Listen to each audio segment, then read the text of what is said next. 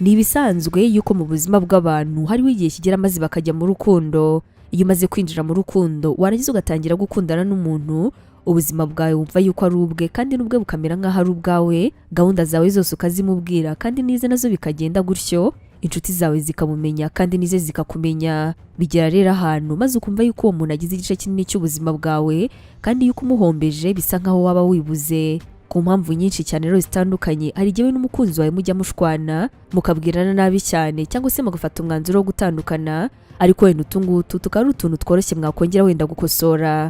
Hari igihe rero kuno gutandukana n'umukunzi wawe biba bivuye kuri we kandi ubuzima bwe ukabona yuko bukomeje, ukabona mbega bisa nk'aho nta n'icyabaye kuba wowe ndetse n'umukunzi wawe mwaratandukanye. Muri kino gihe rero ni ibintu bikomerera cyane uwanzwe, kuko usanga wafashe icyemezo cyo guhagarika urukundo we ntacyo bimutwara, ndetse akenshi aba anafite impamvu cyangwa se afite undi bakundanaga uwanzwe atarabizi. Muri kino gihe rero birumvikana yuko ari ibihe bibabaza cyane, kubera yuko nkawe wanzwe uhita utangira gutekereza yuko wa wundi mwakundanaga atanigeze agukunda, ndetse ugatangira kongera kurwana kugira ngo urebe yuko mwasubirana. Ahangaha rero niho usanga utangiye kwiruka inyuma y'uwari umukunzi wawe, ugasanga utangiye kumurira iruhande, ugasanga utangiye kumuhamagara cyane ndetse no kumwereka mu buryo bwose yuko umwitayeho, cyangwa se ko wakora buri kimwe cyose gishoboka ngo mwongere gusubirana. Ibi ngibi rero bikaba bikurura kenshi kwiheba cyangwa se kwiyahura nk'uko bamwe bakunze kubigenza. Nyamara ariko ugendeye ku binyamakuru byinshi byanditswe n'abahanga, ukagendera ku nyandiko nyinshi z'abantu bavuga ku rukundo, usanga yuko ibi ngibi ari amakosa akomeye cyane. Urugero, ugendeye nko ku binyamakuru byinshi bitandukanye birimo Psychology Today, ikinyamakuru Love Now ndetse n'inyandiko y'uwitwa Gary Chapman, akaba ari umuhanga mu rukundo, mu nyandiko ye ku miterere y'abantu mu rukundo.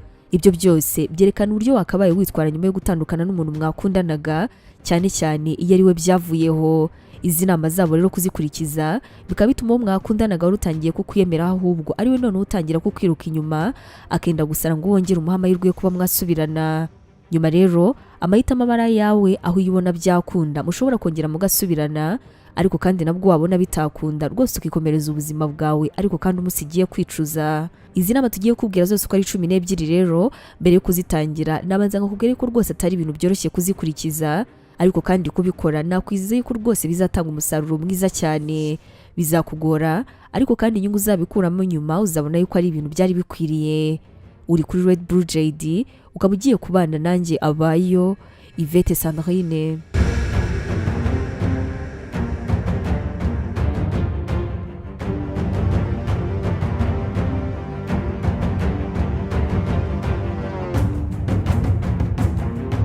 Ikintu cya mbere ugomba gukora nyuma yo gutandukana n'uwo mwakundanaga kandi ukamusigira kwicuza gukomeye, akaba yanatangira kukwiruka inyuma, ni ukwiha umwanya wawe wenyine, byanagushobokera ugakora meditation cyangwa se gutekereza ariko mu buryo bwiza. Iki ngiki nicyo gice cya mbere kiba gikomeye nyuma y'uko umuntu atandukanye n'uwo bakundanaga. Kubivuga birumvikana, biba ari ibintu byoroshye cyane, gusa ariko kubikora byo biragora. Nyuma y'uko rero utandukanye n'uwo mwakundanaga ari we bivuyeho, abatekereza yuko ugiye gukora ya makosa twabonye haruguru yo gutangira kumwirukanka inyuma, kwiruguririra imbere ye cyangwa se kwinginga ngo musubirane. Gusa ariko iyo wihaye umwanya wawe ndetse ugatuza, uba utsinze ikizamini cya mbere cyo gutuma uwo mwakundanaga kwibazaho, agatungurwa n'uburyo usa nkaho nta n'ikintu na kimwe bikubwiye. Ikinyamakuru Psychology Today cyanditse yuko nta muntu n'umwe wanga kumva cyangwa se kubona ko yitaweho, ari nabyo rero uhita yobaza cyane uyu nguyu mwatandukanye kuba utarimo kumwirukanka inyuma cyangwa utarimo kumurira iruhande, maze agatangira kwibaza icyo yakora ngo musubirane. Ahangaha uba uteye intambwe ya mbere nziza cyane. Icya kabiri ugomba gukora nyuma yo gutandukana n'umukunzi wawe ari we biturutseho kandi kugira ngo azicuze, ni uko ugomba kugerageza kurira, ariko kandi wiherereye, uri wenyine cyangwa se none ni wakabije, ukaba waririra imbere y'inshuti yawe magara, ya indi neza uzi ko itazagutenguha, wa wundi utazagenda ngo abwire uwo mwatandukanye yuko wirirwa urira. Impamvu usabwa kurira kandi rwose nta n'icyo bitwaye, ni uko yakomeretse cyane cyane mu rukundo, uba ushaka kwibagirwa ibyabaye byose ndetse no kwiruhura umutwaro w'agahinda, aho rero icya mbere kikuzamo byanze bikunze ari ukurira. Abahanga bavuga yuko kurira ari inzira ituma umubiri urekura amarangamutima kandi igafasha gutuza nyiri ukubikora. Irinde rero gufata cyangwa se kwikomeza ngo nurangiza wange kurira, kuko iyi ngiyi ari indi ntambwe izagufasha kwiyakira ku byabaye. Burya kandi iyo wabashije kurira wiherereye, bikaba binatuma niyo wahura na wundi mwakundanaga uba ukomeye cyane imbere ye, bityo bigatuma atangira kwibaza ati ese uyu muntu yabaye iki cyakora nizi yuko mu buzima bwe akunda kurira ni ukubera iki nta kibazo na kimwe afite none. Numara kurira byanze bikunze ko uzatangira kurira umeze ndetse no kuzasoza kurira umeze, muzaba muri abantu babiri batandukanye. Kikaba ari ikintu kizaguteza intambwe ikomeza kujya mbere yo gutuma mwakundanaga atangira kukwibazaho cyane. Icya gatatu, shaka ibintu wugiraho. Nta muntu n'umwe ku isi wigeze uvuga yuko gutandukana n'umuntu mwakundanye ari ibintu byoroshye cyane. Impamvu ni uko akantu kose gashobora kukubutsa yuko watandukanye n'umukunzi wawe, aho uri kujya ukaba urimo kuhasanga ibintu byinshi bimukwibutsa. Hakaba hari indirimbo nyinshi mwakundaga kumva, ariko uyu munsi yuzumvisha rwose wumva wenda kurira. Niba rero ushaka kwibagirwa, shaka ibyo uhugiramo, kuko n'uba uri muri byinshi utazabona umwanya wo gutekereza ku byahise cyangwa se ku muntu mutari kumwe. Ahangaha rero ukaba wajya nko gusura abavandimwe n'inshuti, ukaba wasohoka ukajya muri za parike, ukaba wajya kwirebera filime ukunda, ugakora siporo, hamwe na buri kintu cyose uzi kizatuma ubasha kwihugiraho cyane, kugira ngo utazafata umwanya wawe utangira kumuhamagara urimo kurira umubwira ngo ndagukumbuye. Nabona yuko wihugiyeho kandi ko wishimiye ubuzima bwawe, bizatangira gutuma yibaza ati ese uyu muntu ko ndeba nta kintu na kimwe ari kumbwira cyangwa ko atari kumpamagara ubundi yigeze nkunda. Ibi ngibi nabyo ni uburyo bwiza cyane bwo gutuma uwo mwakundanaga atangira kugutekereza. Icya kane, tangira rwose umukure mu bantu bafataga nk'ab'ingenzi. Birashoboka yuko rwose mu buzima bwawe bw'urukundo umukunzi wawe hari ibintu byinshi wamwitabazagamo bigukomereye. Hari ubwo wenda yagufashaga nko kubona amafaranga kandi wenda bikanarangira atayakwishyuje, birumvikana. Hari ubwo ibikoresho byinshi utunze ari ushobora kuba warabikuguriye, cyangwa se nanone imyenda myinshi ufite ari umukunzi wawe wayiguze. Banza rero muri cya gihe urimo cyo kwihugiraho, wumve yuko nubwo mugiye kubaho mutari kumwe atari ko kurangira ku isi yawe. Umva ahubwo ko nyuma ye ubu ngubu tuvugana ari cyo gihe cyawe cyo kwigira ndetse no kurwana ngo ubashe gutera imbere.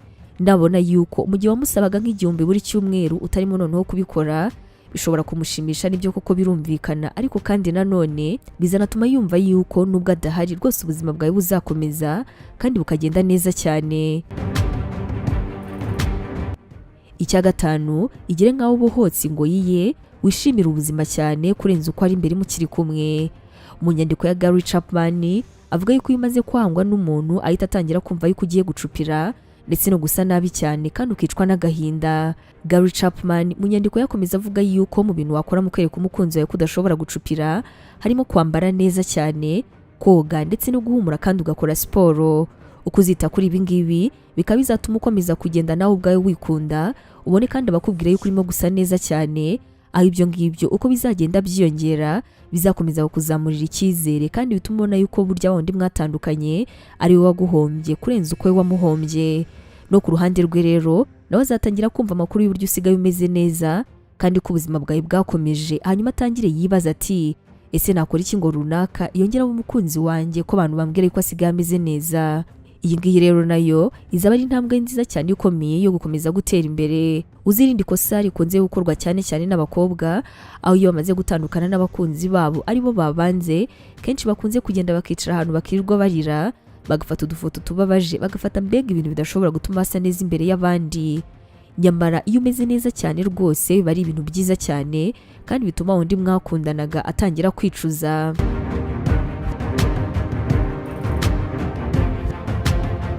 Uburyo bwiza bwa gatandatu bwo gutuma uwo mwatandukanye atangira kukwifuza hamwe no kugukumbura, reba mu buryo mwahura uri kumwe n'umuntu yangaga mugikundana. Burya mu rukundo kuko haba mugufuha kwa hato na hato, uba uzi neza umuntu umukunzi wawe wenda ahora gushinja cyangwa se ahora kwiyama akubwira ko adashaka kujya guhura n'uwo muntu. Ni umuntu rero uba utuma umukunzi wawe agira umutekano muke cyane mu rukundo. Nyuma yo gutandukana n'umukunzi wawe rero, iki ngiki ni igihe cyo kuba wakwifashisha wa muntu umukunzi wawe yangaga kugira ngo atangire yongera bitekereze. Wajya nk'ahantu uzi neza yuko umukunzi wakunda gusohokera cyangwa se yuko ari buze guca, hanyuma wowe na wa wundi mugakora uburyo mumunyuraho kandi mukabikora mumwereka yuko mwishimye. Byaba byiza ariko ahangaha mugenzi wawe wabimubwiye kugira ngo atazakurakarira yuko wamukoresheje mu mikino yanyu. Gusa ariko ahangaha ku rundi ruhande ugomba kwibuka yuko iki ngiki atari igihe cyo kujya mu basore cyangwa se mu bakobwa. Ugomba kuzirikana yuko atari igihe cyo kujya mu mico mibi, ukunde bereke wari umukunzi wawe yuko wakomeza kubaho adahari. Ni ibintu ugomba gukora witonze cyane kandi ukabikorera impamvu, nta nubwo ari n'ibintu rwose bigomba kuba bigufasheho. Iki ngibi bizagufasha rero nuko bizatuma wundi wari umukunzi wawe arakara, atangire kwibaza ati ese ubundi kumbe nari mbahaye umwanya. Ibyo byose rero bizatuma ashaka kumenya amakuru mu by'ukuri hanyuma namara no kuyamenya asanga yuko mu by'ukuri wa muntu mutanakundana, byose bizaba ari ibintu bikomeza kumugusunikira.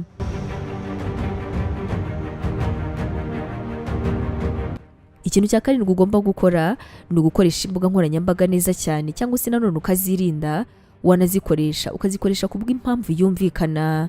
Burya mu buzima bwacu ikintu cyose upostinze gitanga ubutumwa, ariko kandi bitewe n'abakibonye. Rero imbuga nkoranyambaga ni ikintu ugomba kwitondera cyane, kandi ukirinda kuvuga ububabare watewe n'umukunzi wawe ubicishije ku mbuga nkoranyambaga. Irinde kuvuga yuko utazongera gukundana ndetse n'ibindi nk'ibyo. Aho kugira ngo rero upostinge bene ibyo bintu, ahubwo shyiraho wenda umuryango wawe ndetse n'inshuti zawe cyangwa se abandi bantu wishimira. Shyira amafoto yawe wishimye, ugaragara neza cyane bikomeye, iby'agahinda bireke, bikomeze rwose bibe ibanga ryawe. Bizatuma wari umukunzi wawe atangira kwibaza ati, ese uyu muntu ko ndeba adafite ikibazo, ubundi mu by'ukuri yaba yarababajwe yuko njyewe nawe twatandukanye.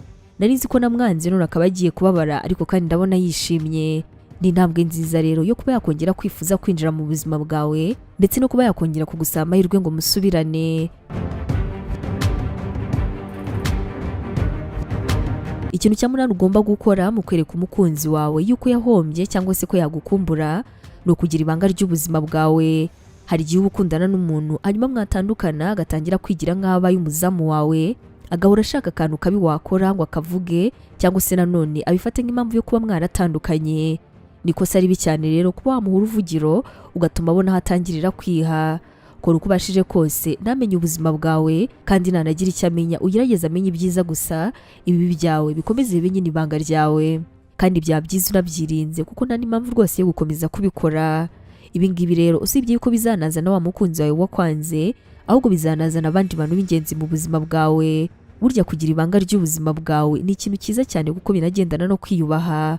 Nawe bitandukaniye no kwiyubaha rero, kuko nugira ibanga ry'ubuzima bwawe nta muntu uzapfa ko kwinjirira, kuko ibintu byawe bizaba nyine ari ibyawe, nta wundi mubisangiye.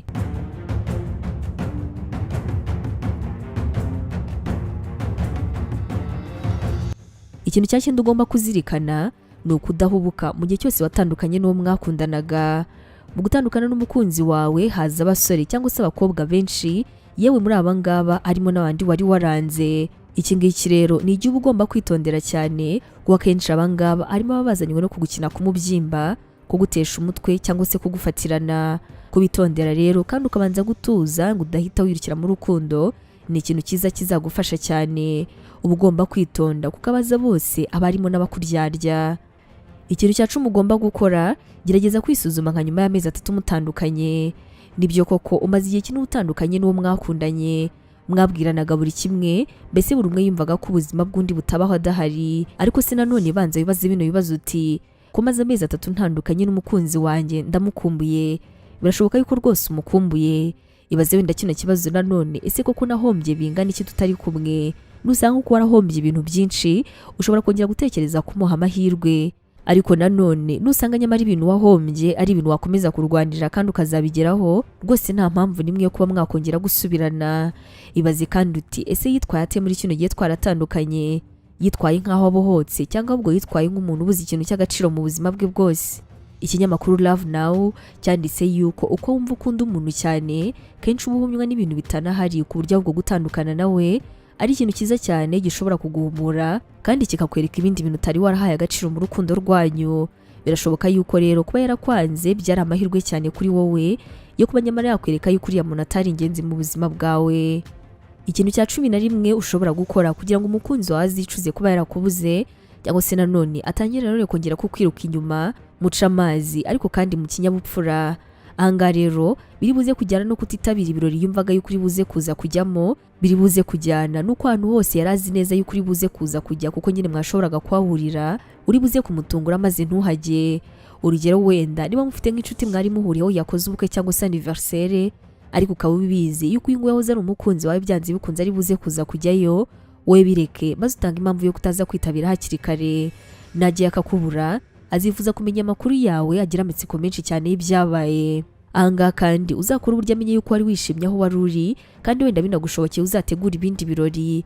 Icyo wakora cyose gituma kwibazaho, ni ikintu cyiza cyane cyo gutuma gukumbura, yifuza kumenya aho uri ndetse n'amakuru yawe.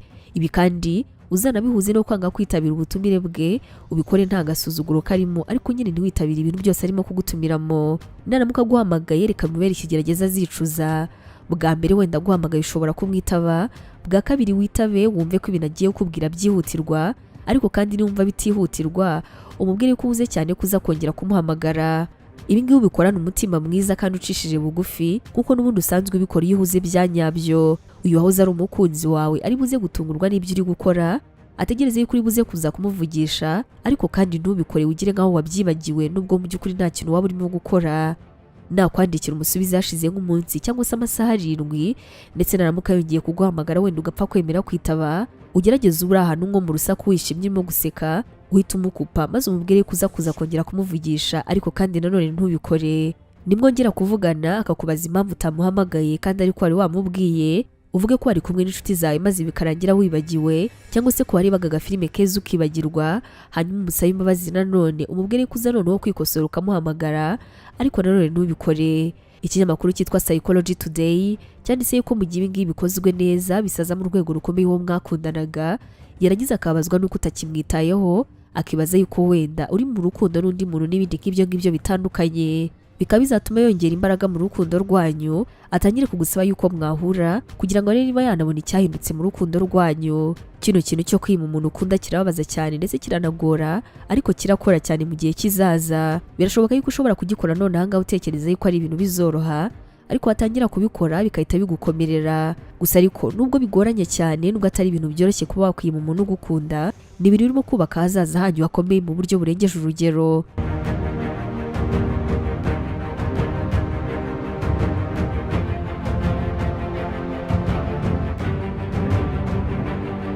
Ikintu cya 12 rero ari nacyo cya nyuma kizatuma byanze bikunze wari umukunzi watangira kugutekereza, kukwiruka inyuma cyangwa se kwicuza kuba yarakubuze, ni ugukora ariko kandi ushaka gutera imbere. Birashoboka yuko mu buzima bwawe wari umuntu wenda udafite iterambere, birashoboka yuko ahanini wari wishingikirije ko mwakundanaga, ariko se watekerezaga yuko azakomeza kugukunda kandi koko ari gutyo umeze? Tangira rwose nubwo byaba bigoranye none ahangaha, ushaka ikintu wakora, ushaka uburyo wagerageza kwiteza imbere. Niba ari amashuri utangire kuyiga, niba utazi gutwara imodoka utangire kubikora, niba nta kazi ufite utangire ugashakishe, utangire winjire mu mishinga cyangwa se mu buryo ubwo ari bwo bwose ariko bushobora kukwinjiriza amafaranga, cyangwa se bukaba bwatuma ubasha gutera imbere. Numara kugira ikintu runaka ugeraho, umukunzi wawe azatungurwa n'uburyo wabashije kubaho adahari, azatungurwa n'ukuntu atagutekererezaga yuko watera imbere, maze bimutere gutangira kwibaza ati nakora iki ngo runaka twongere dusubirane ko ndamaze kongera gutera imbere. Ahangaha rero uzaba utsinze rwose kandi mu rwego rushimishije. Psychology Today yanditse yuko uburyo wiruka ku muntu ariko gusiga mu gihe ukumwereka yuko ntacyo avuze ariko wakwirukankaho cyane. Tugana ku musozo rero, tugendeye ku binyamakuru twababwiye bitandukanye birimo n'icyitwa Psychology Today kita cyane ku by'imitekerereze y'abantu, ikintu kizaba kigezweho izo nama 12 numara kuzikurikiza, niba koko wa muntu mwakundanaga yaragukundaga, ikintu kizaba kigezweho ahangaha nuko azaba atangiye kugarukira mu buryo bugaragara. Ahari wowe rero uzaba ukeneye umutuzo ndetse no gufata umwanzuro. Umutuzo ni ikintu wakwita yuko ari ingenzi cyane kurenza ibindi byose ushobora kuba wakora mu buzima, mu gihe wifuza yuko ari umukunzi wawe yakwicuza. Umutuzo ni uguha kwigirira icyizere, ni uguha kudahubuka, umutuzo uguha kwakira ibyagora abandi, mbega ni ikintu cy'ingenzi cyane muri ibi ngibi byose. Mu gihe rero uri mu bihe nk'ibi ngibi, shaka umutuzo kurenza ibindi. Igihe cyo kwiyakira ndetse no kwemera ibyakubayeho, dore ko kuba waratandukanye n'umukunzi wawe bitavuze ko ubuzima bugiye kurangira. Ugomba no gutegura uko ejo hazaza hawe hazaba hameze kandi hazaba ari heza cyane kurenzaho. Ntabwo ugomba kurambiriza mu bihe byahise kandi bitazagaruka. Oya wiheranwa n'amarira, niwe ugomba kwikorera umutwaro w'ubuzima bwawe busigaye. Izere yuko kandi hazaba umunsi umwe warangiza ukongera ukagira ibyishimo, nubwo muri bino bihurimo atari byiza namba. Kugira ngo uwo mucyo uzongere ukumurikire rero, ukaba ugomba gushyiramo imbaraga zawe, ntabwo ari ibintu bizizana. Kuko tumaze kubikubwira ibyo byose uko ari 12, nta kabuza wo gukundaga azatangira kugarukira gake gake, atangira kwereka yuko uri umuntu w'ingenzi cyane mu buzima bwe, ndetse atangire gushaka uburyo mwasubirana. Ahangaha rero nabwo uzongere wicare hamwe utuze wibaza uti ese koko birakwiriye? Nusanga bidakwiriye uzihangana ubabare ariko ukomeze urugendo wenyine, ariko kandi nusanga bikwiriye nabwo nta kibazo, umwakongera mukiha amahirwe maze mugasubirana. Hanyuma rero nyuma kino gihe kitari cyoroshye mu buzima bwanyu, nimuramuka mugiye gusubirana cyangwa se ko ugahitamo yuko mugiye gutandukana, ugomba kubanza kwita kuri bino bintu by'ingenzi. Duhereye ko mugiye gusubirana, banza wumve yuko ugomba bwa mbere kugira intego. Menya yuko kuba ugiye gusubirana n'umuntu mwari mwaratandukanye atari ibintu byoroshye, ndetse niba uzi yuko ushaka ibizaramba, reka mwicare mubanze mu bihe intego, mureke gukundana buhumyi mutareba aho mwifuza kujya. Uko intego ubuzima bwawe n'umukunzi wawe, nako gutera imbere byoroha kandi byihuta cyane. Gushwana nibyongera bikaza nyuma ya kino gihe bizanoneho bivuye ku mpamvu ikomeye, kuko nta kuzaba utaragize ku ruhande rwawe. Hanyuma rero noneho niba ufashe umwanzuro wo gutandukana n'uyu nguyu mwahoze mukundana burundu, menye yuko mu buzima ari ibintu utapfa guhindura. Ahangaha ntabwo ugomba guheranwa n'agahinda. Hari ibintu mu buzima bwacu rwose utapfa guhindura namba. Banza bakire yuko ntacyo bari gukora ngo bihagarike. Emera yuko rero nta nicyo wabikora, ahubwo ureba imbere aho gukomeza guheranwa n'agahinda. Kwiyakira nyuma yo gutandukana n'umukunzi mwagiranye ibihe byiza mu rukundo rwose ni ibintu bigora abantu benshi, gusa ariko iyo ari ibintu byari bikwiriye biguha umutuzo, ugatekana kandi nta gushidikanya, birangira ubonye umuntu muzakundana ubuziraherezo, umuntu uzagukunda nyabyo kandi nawe ukazamukunda nyabyo. Tugeze ku musozo w'ikiganiro cyacu cya none, ariko kandi twaza kwishimira cyane ikibazo, igitekerezo cyangwa se inyunganizi